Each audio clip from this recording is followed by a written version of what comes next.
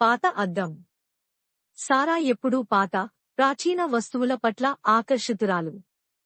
ఆమె ఇల్లు శతాబ్దాల కిందటి ఫర్నిచర్, పురాతన వస్తువులు మరియు పాత చిత్రాలతో నిండి ఉంటుంది. ఒకరోజు ఆమె ఒక అందమైన, పెద్ద అద్దాన్ని ఒక సొత్తు అమ్మకంలో కనుగొంది.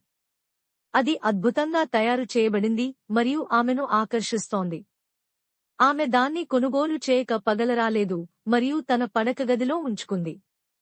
మొదటి రాత్రి ఆమె కరిగించే ఆరాటం అనిపించింది.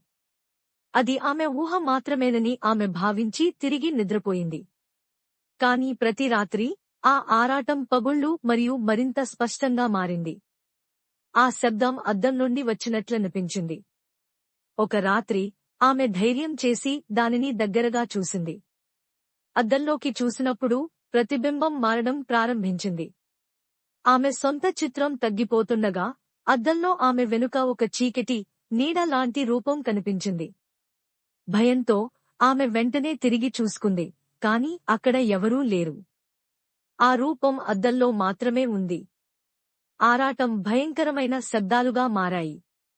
అవి ఒక విషాదభరిత గతాన్ని, ద్రోహం మరియు కోపం గురించి మాట్లాడాయి.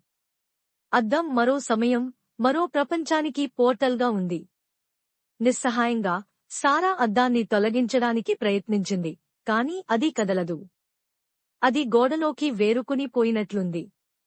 ఒక రాత్రి ఆ రూపం అద్దం నుండి ఆమెను పట్టుకుంది. ఆమె భుజంపై చల్లని, మంచు కొండలు పట్టు. గది చీకటిగా మారింది మరియు ఆమె అద్దంలోకి లాక్కుపోయింది. కొన్ని రోజుల తరువాత ఆమె స్నేహితులు ఆమె కోసం వచ్చినప్పుడు వారు అక్కడ ఉన్నది ఒక ఖాళీ గదిని మాత్రమే ప్రతిబింబించే అద్దం.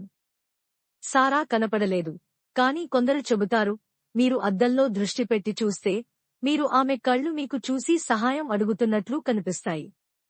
ఆ కథ మీకు నిద్ర పట్టనీయకుండా చేసిందా? మరిన్ని కథలు కావాలా లేదా మరేదైనా చెప్పాలని అనిపిస్తే చెప్పండి.